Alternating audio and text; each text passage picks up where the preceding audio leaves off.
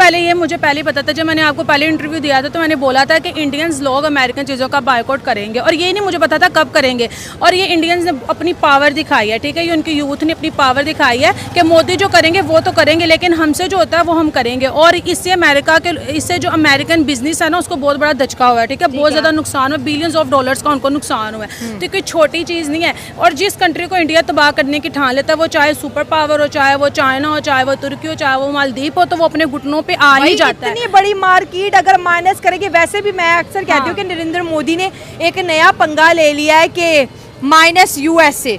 यार यूएसए की तो कोई वैल्यू नहीं रही, अब तो कोई यूएसए पे बात ही नहीं कर रहा, सब अब तो सारे इंडिया इंडिया इंडिया और रशिया रशिया रशिया, यही दोनों चल रहे हैं। अगर ट्रम्प की बात कर लें तो इससे अमेरिकन लोगों को भी अपने जो लीडर है ना उसका आइडिया हो गया कि वो कितना जहानत वाला है, ठीक है, वो सबसे ज़्यादा मुझे लगता है बेवकूफ़ तरीन इंसान है। अगर उसको पंगा लेना था वो किसी छोटी कंट्री से ले लेता, जिससे ये लेने के बाद उसका अपना इमेज थोड़ा हाई होता। उसने जाके लिया भी किससे भाई, इंडिया से ले लिया। इंडिया से अच्छे अच्छे लोग नहीं ले लेते, जिन्होंने लिया होता वो फिर रो रहे होते हैं कि अब हम कैसे ये सब सोल्व करें। नाइला, नो डाउट इंडिया पे भी बड़ा प्रेशर है भाई। यार देखो, 50% टैरिफ का मतलब क्या है कि यूएस अपनी जो मार्केट है इंडिया पे बंद करने वाला है। देखो ना, 90 बिलियन डॉलर की ट्रेड। अब उसने लगाया तो नहीं ना, वो उसने क्या कर दिया, अक्टूबर में कर दिया। उसको पता अगर मैंने ये लगा दिया तो पता नहीं आगे इंडियंस लोग क्या कर देंगे।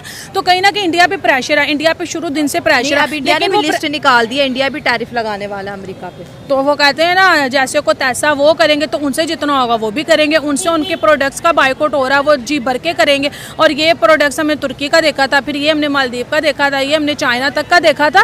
तो जिस कंट्री से उनको प्रॉफिट नहीं होता वो उस कंट्री को कैसे प्रॉफिट दे सकते हैं। तो इंडियंस का ये रूल है, जिससे हमें फायदा होगा हम उसको फायदा नहीं देंगे, जिससे हमें फायदा नहीं होगा हम नहीं देंगे। और सब क्योंकि मैं एक पॉलिटिकल साइंस का स्टूडेंट हूँ यूसीपी से, तो मेरा ये कहना है कि मतलब इंडिया ने जो ये मूव किया है ये अच्छा मूव है उसके लिए। बाइकॉट अच्छा मूव है, अच्छा मूव है इसलिए कि मुल्क से ज़्यादा कुछ भी नहीं है। अगर आपने अपने मुल्क के बारे में सोचना है तो फॉरेन पॉलिसी आपकी बाद में आती है, पहले अपने आवाम के बारे में सोचना है आपने। सही बात हो गई। अगर आपकी वहाँ पर प्रोडक्ट जो है उस पर ऊपर टैरिफ लगाया है तो आपने भी ज़रूर उसमें उसके जवाब में कुछ करना है। तो मेरा ये कहना है कि मतलब, और अभी इंडिया ने जो एक और चाइना के का टूर किया नरेंद्र मोदी ने 31 अगस्त। जी बिल्कुल।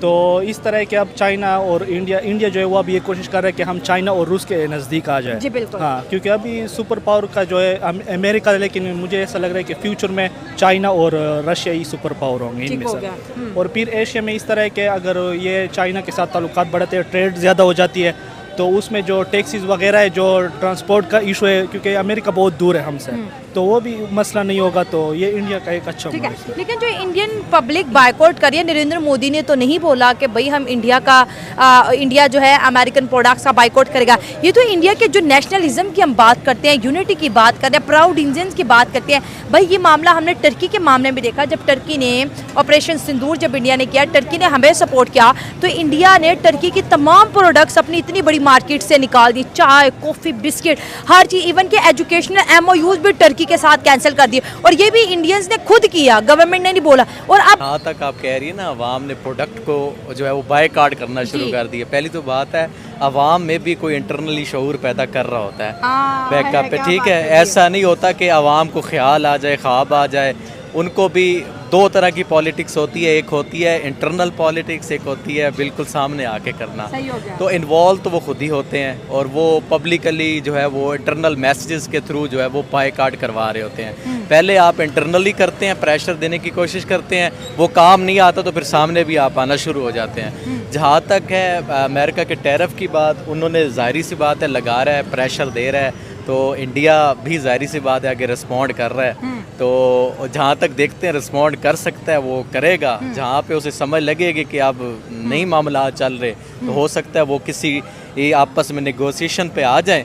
और जहाँ तक ट्रेड की बात है, ट्रेड तो उसको करना भी नहीं चाहिए। क्यों नहीं करना चाहिए? उसके मफादात हैं, और जो किसी भी मुल्क की जो खारजा पॉलिसी होती है उसके अंदर जो मफादात होते हैं वो सबसे ज़्यादा मैटर करते हैं। जब उनके रूस के साथ मफादात हैं तो वो क्यों उससे पीछे हट जाए किसी के कहने पे, और उसकी कोई गारंटी भी नहीं है कि जिसके कहने पे हटे कल को वो भी हट जाए। बिल्कुल। और देखिए आज इंडिया का एक बहुत बड़ा बयान मैं आपके साथ शेयर करूं कि उन्होंने ओपनली बोल लिया है कि हम जो है रशिया से ऑयल परचेज करेंगे और हम जो है इसको स्टॉप नहीं कर सकते। देखिए अब बात क्या रहेगी, टैरिफ की या प्रेशर की क्या गेम रहेगी जब वो ओपनली सामने आ गए? आज देखिए ओपनली दो तरह से आते हैं ना। पहले वही बात कर रहा हूँ कि इंटरनली इंटरनली जब आपकी नेगोशिएशन में कोई असर नहीं आ रहा होता, फिर आप ओपनली आ जाते हैं, जिसमें आप जिसको मैसेज कन्वे करना होता है उसको तो कर रहे होते हैं, बाकी उसके इत्तेहादियों को भी दे रहे होते हैं मैसेज कि हम जो है वो फिर रिस्पॉन्ड करेंगे। तो वही आर रिस्पॉन्डिंग, बेसिकली वो ये बता रहे हैं कि हम जो है किसी प्रेशर में नहीं आना चाह रहे,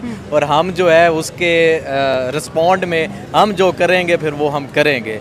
लेकिन ये है कि ये इससे किसी मुल्क को नुकसान फ़ायदा तो नहीं होने वाला। देखिए अगर वो टैरिफ लगा रहे हैं तो ये भी लगाएंगे, अगर अमेरिका को कहीं पे नुकसान होगा तो इंडिया को भी कहीं पे हो रहा होगा।